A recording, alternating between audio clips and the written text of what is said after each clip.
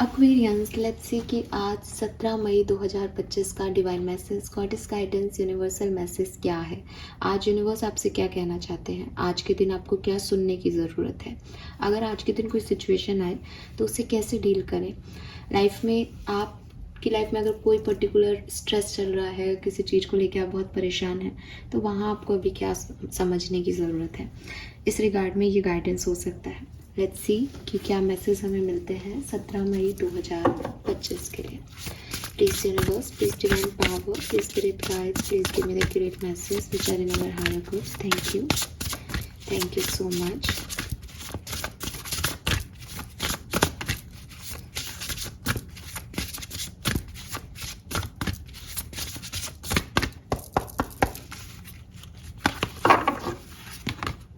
Okay, we have morning number 40 and we have guest number 30.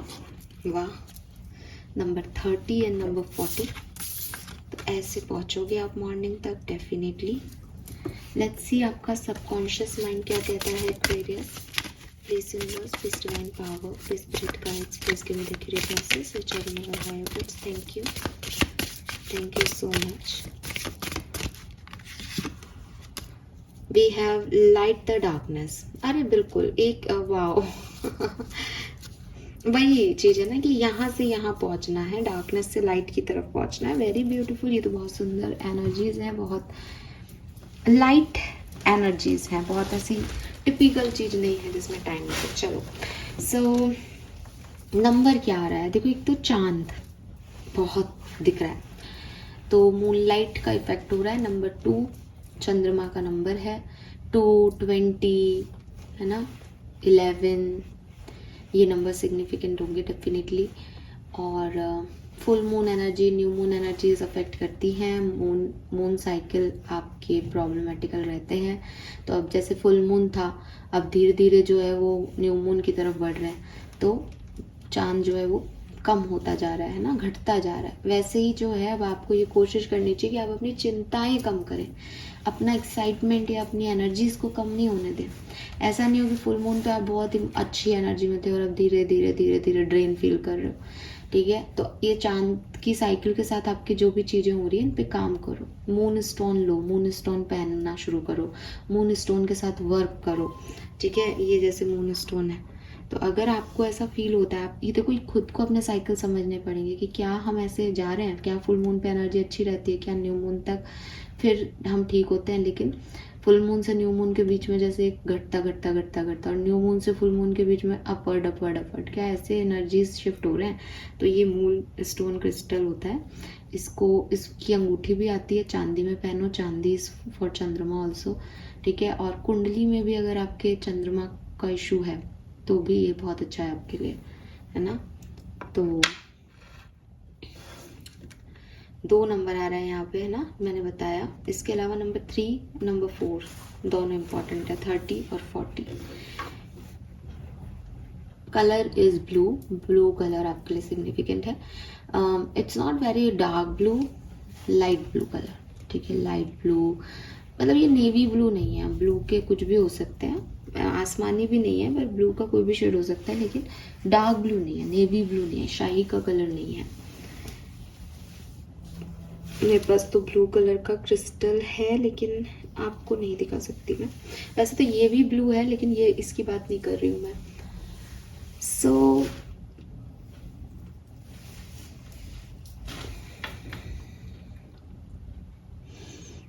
Message पे आते हैं। So clearly मैंने जैसे आपके कार्ड आए यहाँ पे रख दिया, it's time for healing not war. तो लड़ो मत, ठीक है, और अपनी हीलिंग पे फोकस करो। धीरे धीरे मॉर्निंग पे पहुँचोगे जहाँ आपको लगेगा कि यस अब मुझे ये चीज़ें करनी है। यहाँ पे जो कार्ड है that is darkness can not dispel darkness, only light can, love, clarity, awareness. तो यहाँ से यहाँ तक की जर्नी जीनी है एक्वेरियस, अपने दिमाग में इस बात को डालो। और अभी मैंने जैसे आपको मून की भी बात की, आप उससे भी समझ सकते हो कि भाई हर फुल मून की एनर्जी के बाद, चीज़ें ख़त्म होने के बाद, चीज़ें सरेंडर होने के बाद, जब आप कुछ काम नहीं कर सकते, बस ये जितना होना था उतनी हो गई, जितना नुकसान होना था उतना हो गया, जितनी खुशी मिलनी थी उतनी खुशी मिल गई। उसके बाद एक साइकिल दोबारा से स्टार्ट होता है। हमारी ज़िंदगियों में भी साइकिल्स चल रहे हैं। कभी हम किसी से मिलते हैं, उससे अटैचमेंट होता है, फिर धीरे धीरे वो अटैचमेंट कम होने लग जाता है, हम ग्राउंडिंग स्टेट पे आ जाते हैं कि ऐसा ही रहेगा। अब वो फुलफिलमेंट है, अटैचमेंट्स ख़त्म नहीं हुए, लेकिन एक चीज़ जो है वो मेंटेन हो गई। अब इससे ज़्यादा कोई कुछ भी नहीं कर सकता ना। फिर कभी कभी एक्साइटमेंट आते हैं, कभी कभी लो एनर्जी हो जाती है, बट एक मीडियम स्टेट को हमने पकड़ रखा है। उसके बाद फिर कुछ नया होता है, बच्चे हो जाते हैं, या मान लो रिलेशनशिप में, नहीं तो करियर में कुछ हो जाता है, या लाइफ में कुछ और हो जाता है, तो फिर हम उस साइकिल में जीते हैं, फिर हम उसमें से निकलते हैं किसी तरीके से। यहाँ पे अगर हम जो है हमारी नहीं बनी तो हम सेपरेट हो जाते हैं, कहानी ख़त्म हो जाती है, फिर एक नई कहानी आ जाती है, फिर हमें दोबारा से कोई प्यार व्यार हो जाता है। तो ये साइकिल चल रहे हैं लाइफ के। और इन साइकिल को ही अगर आपने कभी टैरो रीडिंग्स वगैरह सुनी हो तो आपको कहते हैं भाई एक फेज़ ख़त्म हो गया, वर्ड का कार्ड आता है, वर्ड इज़ लाइक कि टैरो का कार्ड ही ख़त्म हो गया यहाँ पे। तो अब क्या है कि एक फेज़ ख़त्म हो गया, उसमें भी वो सर्किल होता है और अभी कुछ नया शुरू होगा। तो एग्जैक्टली आपको अगर कुछ अपनी ज़िंदगी में नया जीना है, आप बोर हो गए हो या आपकी लाइफ में कुछ अच्छा नहीं हुआ, तो वेट करो, वो हो रहा है। लेकिन उसके लिए परेशान मत हो, उसके लिए एंशियस मत हो, उसके लिए फ़ाइट मत करो कि मुझे अभी के अभी ये करना है। जिस चीज़ को जब होना है वो तब आपकी लाइफ में होगी, और क्लियरली दिख रहा है कि वो होगी। लेकिन अगर आपको ऐसा लगे कि नहीं मुझे तो ये काम अभी करना है, तो इसका मतलब आप डार्कनेस को डार्कनेस से डील कर रहे हो। आप उसे कह रहे हो कि मेरे पास ये चीज़ नहीं है, और आपकी लाइफ में वो चीज़ वैसे भी नहीं है। आप इसको लाइट दोगे तब ये काम करेगा। फॉर एग्जाम्पल कि ये चीज़ मेरे पास नहीं है, मैं अपना सोच रहा हूँ, समझ रहा हूँ, और अब मेरे पास एक प्लानिंग है कि मेरे को ये करना है लाइफ में, तो मेरी ये लाइट है कि मेरे को जो है वो अवेयरनेस हो गई कि मुझे आगे क्या करना है। अब ये डार्कनेस मेरे लिए काम नहीं कर रही। तो जो पहला वाला सीन है जिसमें आप डार्कनेस को डार्कनेस से डील कर रहे हो, कैसे काम करेगा, है ना। तो आपको थोड़ा लाइट की तरफ जाना पड़ेगा। लाइट कैसे आएगी? जब आप खुद को हील करोगे, जब आप सिचुएशन को थोड़ा सा सरेंडर कर दोगे कि ठीक है मैं चुपचाप बैठा हूँ, मैंने सरेंडर कर दिया, एक दिन जो है मैं ये काम करूँगा। और जब तक मैं चुप बैठा हूँ इसका मतलब ये नहीं कि मैं कोई कर्म नहीं कर रहा, मैं कर्म कर रहा हूँ मेंटली। मैं देख रहा हूँ कि मेरे को इस समय में क्या सही है करना, कैसे मैं वापस आऊँ। फॉर एग्जाम्पल कि आपका कोई बिजनेस का घाटा हुआ है ना, एक एग्जाम्पल लेके समझते हैं इस चीज़ को कि आपका कोई बिजनेस था, आपने शुरू किया और उसमें आपको कोई घाटा हो गया। अब क्या करना है नेक्स्ट स्टेप? थोड़ा सा फ्री हो जाओ, कहीं घूमने चले जाओ, जो पैसे कमाए उसमें से जो कुछ हिस्सा है उसका खुद पे खर्च करो। और घूमते हुए घूमने की जो मंशा है वो ये नहीं होनी चाहिए कि मुझे अब घूमना है या पैसा वेस्ट करना है, क्योंकि मेरे पास तो पैसा है ही नहीं। लेकिन मेरे को एक प्लान तैयार करना है कि अब मुझे जाके कैसे काम करना है, क्योंकि ये तो नहीं चल रहा।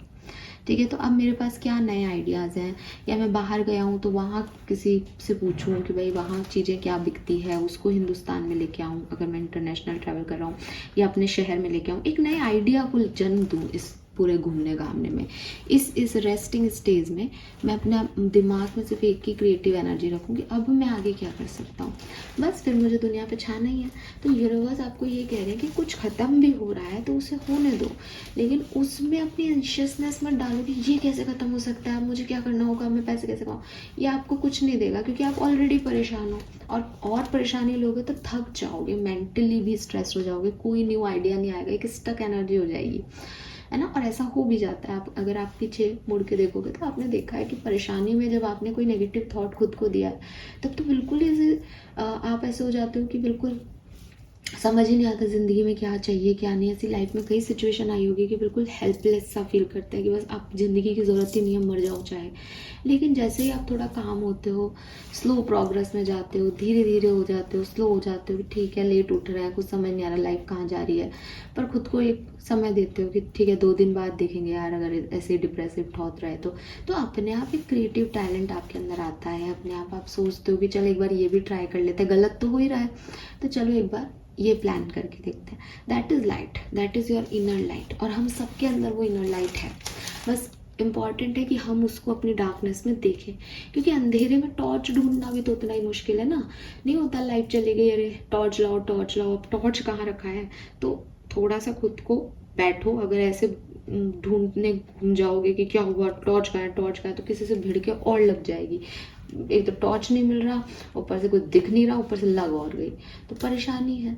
इसकी जगह आप बैठो, लास्ट टाइम टॉर्च को कहाँ देखा गया था, फिर धीरे धीरे उठो, सहारे सहारे ले लो थोड़े से, कहाँ है कहाँ है कहाँ है, फिर वो मिल जाए, जलाओ अपनी, लाइट है आपकी आपके पास, ठीक है ना। सो ये मैसेज है आपका पूरा ही, मैं ज़्यादा इसको कुछ भी नहीं बढ़ाऊंगी घटाऊंगी, ये ऐसा ही मैसेज है बिल्कुल।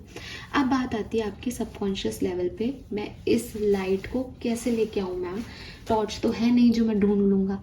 तो एक तो हो गया कि आप आइडियाज़ पे वर्क करें और अपनी हीलिंग पे वर्क करें, और लोगों को डील करने का अपना तरीका बदलें। चाहे आपके साथ बहुत बुरा हुआ हो एक्वेरियस, मैं कह रही हूँ कि आपने इस पृथ्वी पर नर्क देख लिया हो कुछ लोगों की वजह से, ठीक है, लेकिन आपको ये चीज़ समझनी पड़ेगी कि दूसरों की वजह से जिस नर्क को आपने देखा, आपकी वजह से कोई भी वो व्यक्ति भी जिसने आपको नर्क दिखाया, वो भी आपकी वजह से नर्क ना देखे। एक कोटेशन आता है ना कि पेरेंट्स पूछते हैं कि तुम बेबी बच्चा पूछता है कि मैं आपके लिए क्या करूं, तो बस वो कहते हैं कि कोई भी तुम्हारे लिए जो है वो बुरा नहीं सोचे, इतना ध्यान रखना। तो इम्पॉर्टेंट आता है कि हम सबको नहीं रोक सकते, तो क्या वो कहते हैं कि नहीं, तो दुनिया क्या कर रही है वो इम्पोर्टेंट नहीं है, बुरा नहीं सोचे मतलब तुम किसी का बुरा नहीं करो। तुम्हें ये नहीं लगना चाहिए कि यार मैंने इसका बुरा किया, अब ये तो मेरे को गाली ही दे रहा होगा, तुम्हारे मन में सेटिस्फेक्शन होना चाहिए। तुम्हारे जो दुश्मन है वो तो तुम्हारे लिए बोलेंगे ही, करेंगे ही, वो तो उनका काम है, वो उनको बनाया तुम्हारे दुश्मन है। अब राम के बारे में रावण थोड़ी ना अच्छा सोचता होगा, वो दुश्मन है, उनको लड़ना है, कैसे अच्छा भी नहीं लगेगा कि एक व्यक्ति से युद्ध करने जा रहे हैं और कह रहे हैं कि अरे नहीं नहीं वो तो बहुत अच्छा आदमी है, तो फिर क्यों लड़ रहा है, अभी बहुत अच्छा आदमी है। तो कहना ही पड़ता है, अपनी अपनी जिस भी हम परिस्थितियों से आए, न जाने कौन सा कर्मा बाकी था किसी से, तो दुश्मन होना, बुराइयाँ करना, ये चीज़ अलग है। इम्पॉर्टेंट ये है कि आपकी वजह से किसी का बुरा नहीं हो, कि आपको भी ये पता हो कि भैया मैंने तो इसका नुकसान किया है, ये तो मेरे को भर भर की बद्दुआएं देता होगा या देती होगी, क्यों बनना किसी की ज़िंदगी में ऐसा। तो ये चीज़ इम्पॉर्टेंट है। तो यही बात मैं आपसे कहूँगी कि दुनिया ने आपके साथ जो कुछ भी किया हो, आप किसी के भी साथ वो ना करें जो आप अपने साथ नहीं होने देना चाहते। ये सबसे बड़ी सिचुएशन, सबसे बड़ा ज्ञान है एक्सपीरियंस। हो सकता है कि आप मुझे कहें कि आजकल के टाइम में ऐसे अजीब सी बातें हमें नहीं सुननी, या आप फालतू की बातें करते हो, ऐसा थोड़ी होता है। आजकल तो वैसे गांधी जी को भी सब नेगेटिव ही बोलते हैं कि हम थोड़ी ना दूसरा गाल आगे दे देंगे। बट मैं आपको इतनी सी बात कहूँगी कि गांधी को नहीं मानते, गीता को तो मानते होंगे, कर्मों को तो मानते होंगे। तो बस इतना सा ध्यान रखना कि जब कोई आपको थप्पड़ लगा रहा है वो उसका कर्म है, जब आप किसी को थप्पड़ लगा रहे हो या आपका कर्म है। उसने आपको थप्पड़ लगाया इसलिए आपने उसको थप्पड़ लगा दिया, इससे आपका कर्म नहीं बदलेगा, ठीक है। हाँ, अब मैं क्लियर कर देती हूँ, आपकी इंटेंशन मैटर करते हैं। तो आपको सामने वाले से ऐसा नहीं है कि आप, जैसे अभी बात हुई कि भाई कोई टेररिस्ट है और टेररिस्ट को मारना गलत है क्या, तो नहीं। एक चोर भी जो है वो बंदूक उठा रहा है और एक सोल्जर भी बंदूक उठा रहा है। चोर जो है वो गलत काम के लिए बंदूक उठा रहा है, उसकी इंटेंशन कुछ और है, सोल्जर की जो इंटेंशन है वो कुछ और है, डेफिनेटली इसका फ़र्क पड़ता है। लेकिन जो दो लोग हमने एग्जाम्पल लिए कि चाटा लगा रहे हैं एक दूसरे के, वो दो लोग आपस में एक दुश्मनी को निभा रहे हैं, वो एक सेम ग्राउंड पे हैं, समझ रहे हो। उनके सेम चीज़ है कि वो एक दूसरे से नफरत करते हैं। तो उन्होंने अगर कोई कर्म किया तो सामने से भी वही कर्म आ रहा है, तो ये अपने अपने कर्म है। ऐसा नहीं है कि इसने मुझे पहले थप्पड़ लगाया तो अब मेरा थप्पड़ इसका जवाब था इसलिए मेरे को ये कर्म नहीं लग रहा, मेरे को भी वही कर्म लग रहा है। अगर आप किसी का बुरा कर रहे हो तो आपको वही कर्म लगेगा कि आप उसके बैड इंटेंशन के साथ उसका कुछ बुरा चाह रहे हो। ये चीज़ नहीं देख रहा भगवान कि आपके साथ क्या बुरा हुआ। उन्होंने तो साफ लिख रखा है कि एक ऐसा मनुष्य जो बुरी से बुरी परिस्थिति में, अच्छी से अच्छी परिस्थिति के अंदर एक जैसा व्यवहार करे, वही जो है वो भगवान को पाने योग्य पुरुष है। गीता में लिख रही है ये लाइन, मैंने नहीं बनाई। सो वो तो आपको लिख के दे के गए हैं, वो तो आपको बता रहे हैं आपको जीना कैसा है। और आप लोग कहेंगे भी हाँ गीता हमारी बहुत इम्पॉर्टेंट है, हमको गीता जैसे जीना है, गीता में जो है ज्ञान वो बहुत इम्पॉर्टेंट है।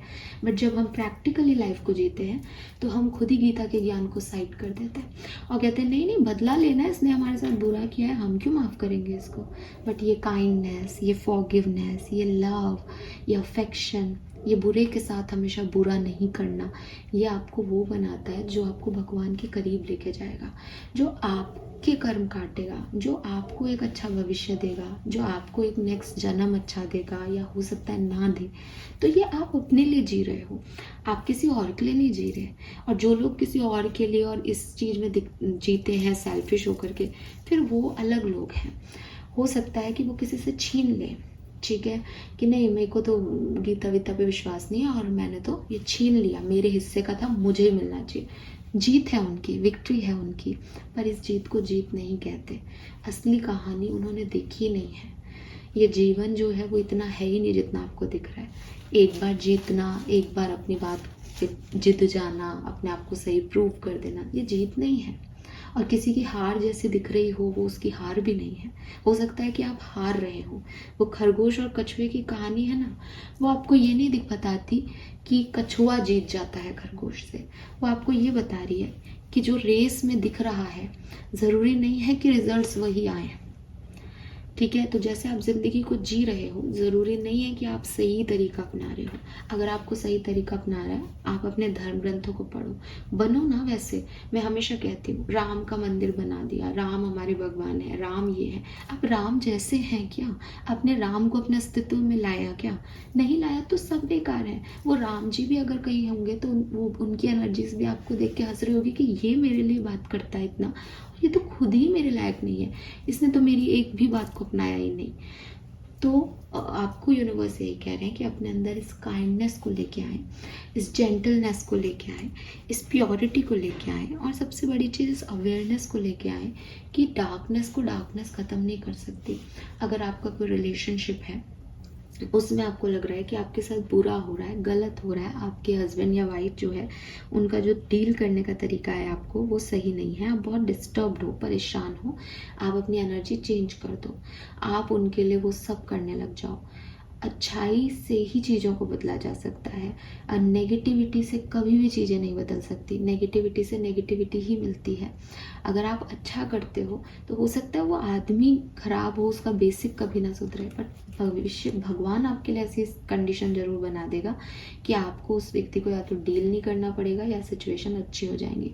तो कभी कभी ना चीज़ों को इसलिए भी करना चाहिए, इसलिए नहीं करना चाहिए कि मुझे तुझसे बदला लेना है या मुझे तेरा बुरा करना है, बल्कि इसलिए कि मुझे मेरे लिए एक अच्छा भविष्य चाहिए और उसके लिए मैं तुझे माफ़ करता हूँ। तो ये बहुत बड़ी चीज़ है, ठीक है। एक बार करके देखें। आप लोग अगर इस चीज़ को ऐसे सोचते हो कि ये बहुत महान बातें हैं, ये तो पॉसिबल नहीं है, आप करके देखो ना। अगेन मैं रिपीट करूँगी कि आपने माना है ना कि वो बहुत भगवान हैं और हमारे लिए सही हमें गाइडेंस दे के गए, तो उस गाइडेंस को ही तो फॉलो करने को कह रहे हैं आपसे। तो आप 30 दिन का एक वो ले लो कि चल ठीक है मैं 30 दिन बहुत अच्छे से रहूँगा, और अगर फिर भी अच्छा नहीं हुआ तो देखना, इट इज़ नॉट अबाउट कि उस सिचुएशन में ही अच्छा होगा, लेकिन आपको कहीं ना कहीं से रास्ते खुलेंगे, कहीं ना कहीं से आप अपने आप को फ्रीडम देंगे। क्यों देंगे, उसका आंसर इस रीडिंग में है कि जब आप negative negative negative darkness darkness darkness ही सोचते रहोगे तो आपको डार्क ही दिखाई दे रहा है। जिस समय आपने एक आइडिया पकड़ लिया कि नहीं मैं को तो अपनी इनर लाइट जलानी है, ये जितनी भी डार्कनेस है मुझे इसको देखना ही नहीं, आप अपने पाथ पे हो, आपको वो डार्कनेस अफेक्ट ही नहीं करेगी। कहते हैं ना कि हमारा परसेप्शन ही सब कुछ है, तो आपने अपने परसेप्शन को ही घुमा दिया तो ये चीज़ आपको कैसे अफेक्ट करेगी, आप खुद ही सोचो। बस यही लॉजिक लगाना है। और आपका परसेप्शन कहाँ जाना चाहिए, अपनी हीलिंग और अपने लिए नई चीज़ों को लेने में। मेरे लिए क्या है, पूरी दुनिया पड़ी है, कोई एक इंसान इस दुनिया में नहीं है, इतनी पॉपुलेशन है। ये जाएगा कहीं और 4 जने आपको मिलेंगे अच्छे, उनसे बात करो, हो सकता है उनमें से भी 2 खराब मिले, और आगे बढ़ जाना। बहुत सारी पॉपुलेशन है। आई एम नॉट सेइंग कि आप रिलेशनशिप बनाओ ऐसे, ठीक है, इसको गलत वे में मत लेना, बट द थिंग इज कि दुनिया छोटी मत रखो। वही 4 लोग, उन 4 लोगों ने मेरे साथ गलत कर दिया, इतनी सी नैरो अपना वर्ड मत बनाओ। ये दुनिया बहुत बड़ी है, आपको नई नई चीज़ें मिलेंगी, आपको नए नए लोग मिलेंगे, डील करना सीखो, एक्सपीरियंस लो अपनी लाइफ में, ठीक है। सो ये मैसेज मुझे आपके लिए मिल रहा है। फाइन एक्वेरियस, मुझे फिश की एनर्जी यहाँ पे बहुत है। सो मे बी आप पाइसेस को डील कर रहे हो, या आपका जन्मांक और मूलांक जो है वो कुछ ऐसा है कि मीन राशि लग्न राशि में आ रहा है, या समथिंग लाइक दैट, है ना, कुछ है यहाँ पे। अब मीन जब मैं अभी वर्ड की कार्ड की बात कर रही थी, तो वर्ड का कार्ड टैरो का आखिरी कार्ड है, और मीन राशि की बात कर रही हूँ तो मीन राशि भी टैरो की आखिरी राशि है ना। और टैरो की कह रही हूँ क्या बोल रही हूँ, मीन राशि भी राशियों की मैं 12वीं राशि है, आखिरी राशि। तो अगेन वही चीज, सेम चीज कि जो कुछ भी चीज़ें हुई ना उसमें हील करो और एक नई रास्ते को चूज़ करो। ये है गाइडेंस आपके लिए। अगर आपके मन में भी चल रहा है ना कि मैं इसमें वापस जाऊँ या नया चूज़ करूँ, आपके लिए गाइडेंस, आप नया चूज़ करो। See protection, take blessing from elders. तो डेफिनेटली आप प्रोटेक्ट हो सकते हो, आप अपनी एनर्जीज को प्रोटेक्ट करो, और घर से जब भी जाओ किसी नए काम के लिए अपने बड़ों का आशीर्वाद लेके निकलो, आपके लिए बहुत इंपॉर्टेंट होगा ये, ठीक है। All right Aquarius, thank you so much reading को देखने के लिए। चैनल को लाइक और सब्सक्राइब कीजिएगा। बाय।